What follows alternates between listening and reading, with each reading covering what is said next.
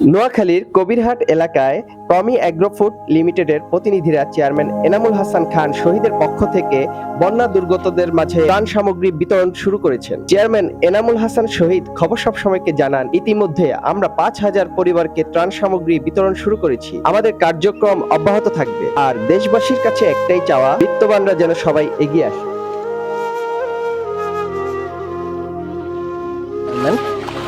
জনাব মোহাম্মদ এনামুল হাসান খান শহীদ সিআইপি।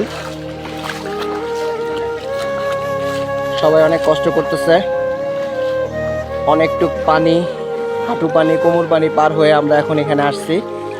সবাই পানিবন্দী।